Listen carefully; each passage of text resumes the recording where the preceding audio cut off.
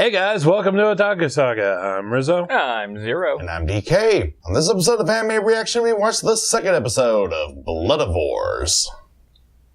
And boy, was it bloody. Spoiler alert, it's kind of confusing and weird. And bloody. And bloody.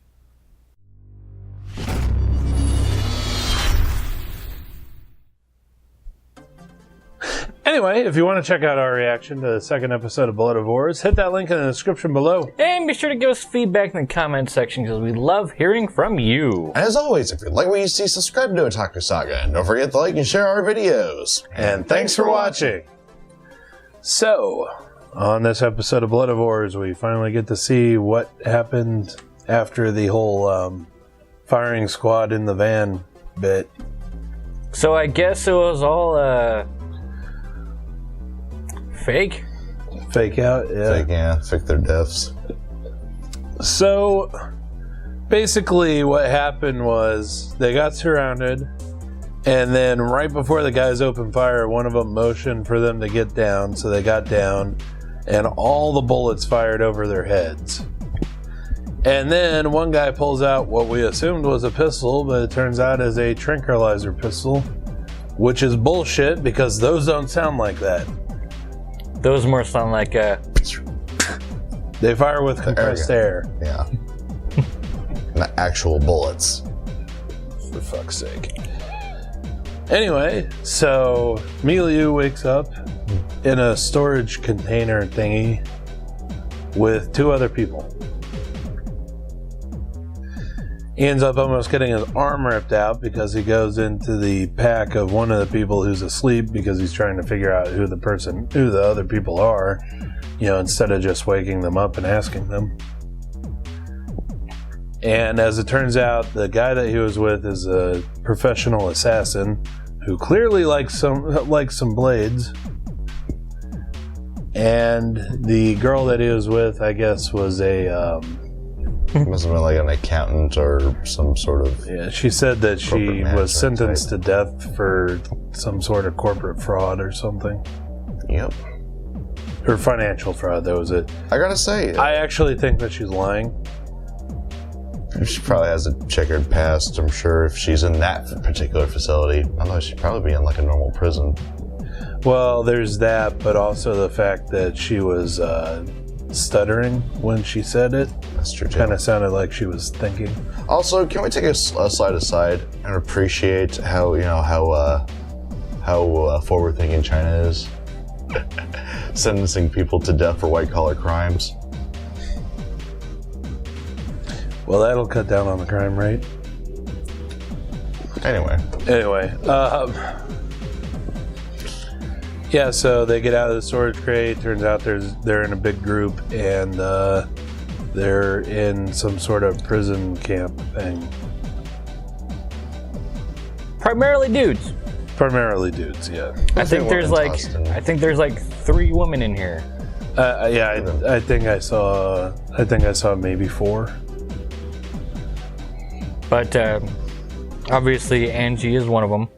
Anji, the woman that we met here, and then I saw at least one other in the background. I think I saw 2 in the background. Yeah, but Anji's presence is not made entirely obvious at first. First, the entire prison camp is addressed by someone who at least looks like Anji and whom everyone mistakes for her at first. But it turns out she's an android because reasons. I feel that this should be so much better than it was. Okay, so here's a few problems I've had so far. Why go through the trouble of creating an ANJI-BOT? My theory is cheap fan service. and it wasn't even good. It wasn't. Yeah. So that's like out of the question. I'm just sitting here wondering, why would whoever put them in this camp go through the trouble of making an ANJI-BOT? A very realistic ANJI-BOT. Yeah, like super realistic, like realistic enough that the dude ripped off her shirt and didn't immediately think, those boobs look suspiciously metal to me. I guess when you're a horny serial killer, anything will do.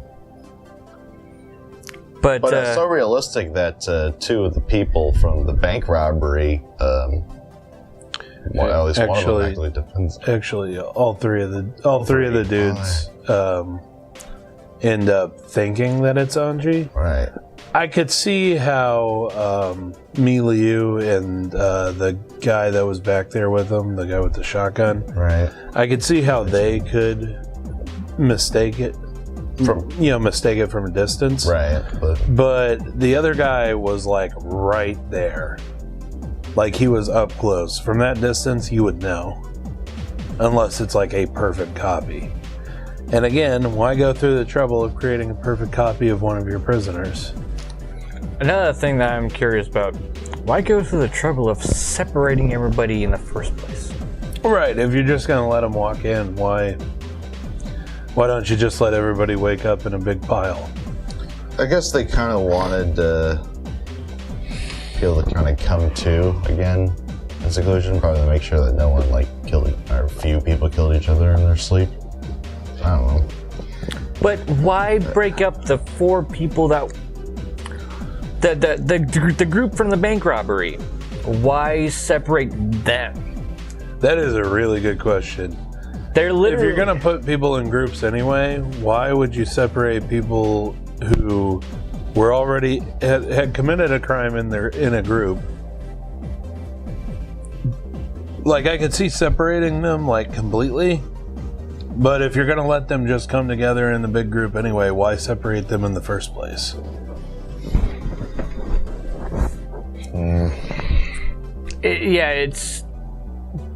I don't get it. Logic doesn't apply here. Logic is a fleeting memory in this series. So probably one of the coolest things that I found in this episode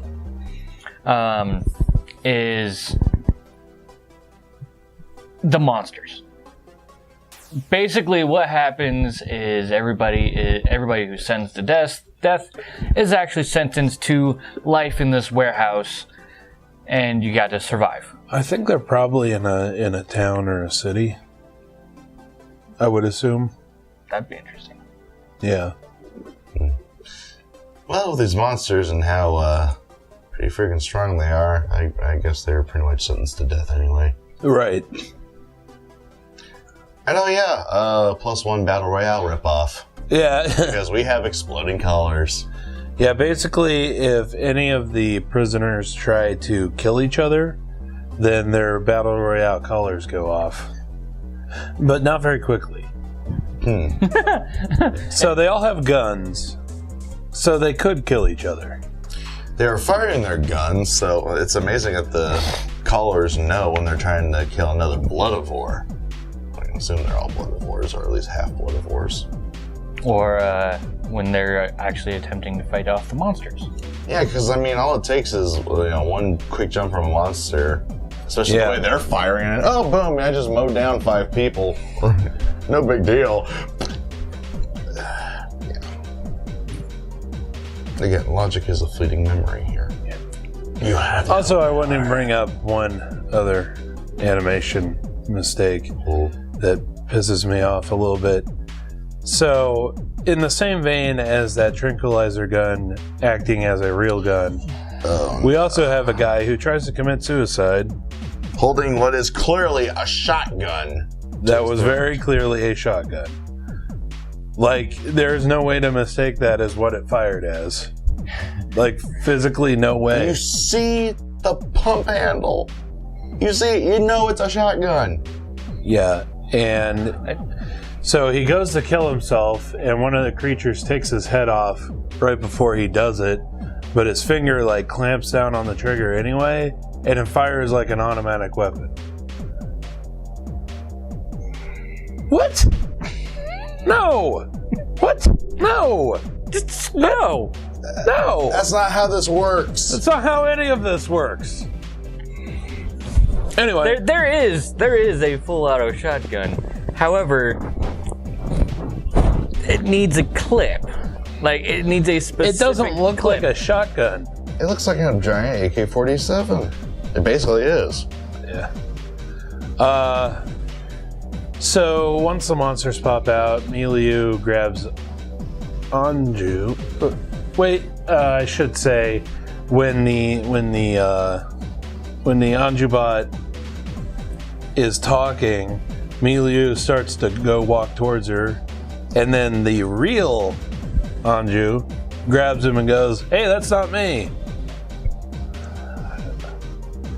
And why? Yeah, I mean, My head's hurting trying to figure out what's going on in here. I don't know which series is making more leaps of logic at this point. This one or Nanbaka? ouch. No, Nanbaka has a more straightforward plot. Guys tried to troll the wardens of their prison by escaping for fun. This makes less sense than Nanbaka. Baka. Anyway, for me, I actually enjoyed it. You know, for all the shortcomings that it had, I felt the episode was enjoyable, and I had a lot of fun with it. I'll be interested to see where it goes, I think. But so after the monsters come out, Milieu basically says "fuck you" to his friend, the dumbass Wen Chao, I believe. He basically says "fuck you" to him because he just grabs Anji and takes off instead of going, "Hey Wen Chao, let's go." Literally leaves the dude to die. Like, I get that they're not like the greatest of friends or whatever, but they were accomplices for a reason. Not just Wen Chao, the other guy too. Well, fuck the other guy.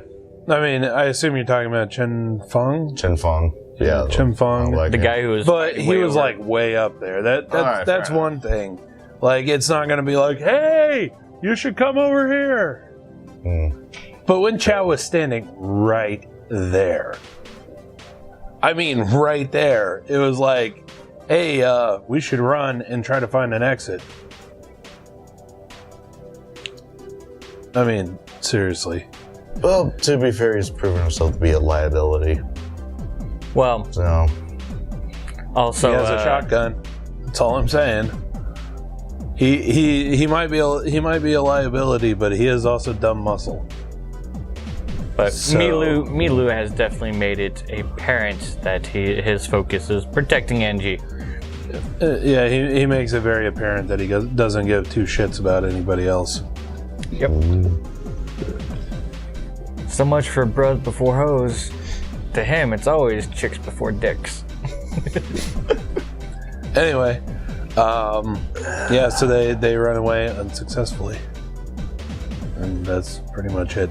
Oh yeah, Milieu turns out to be a, what was it, hemomancer? Blood. According to the assassin dude. a blood magician? Because that makes...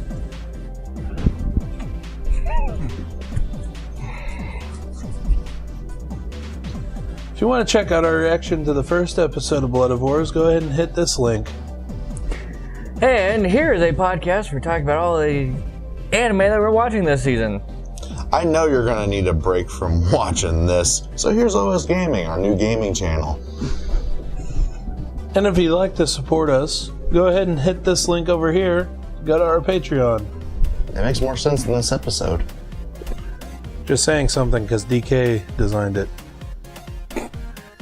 Anyway, let us know what you thought of this anime and what you thought of our reaction in the comment section below. Yep, thumbs up if you like it, thumbs down if you don't.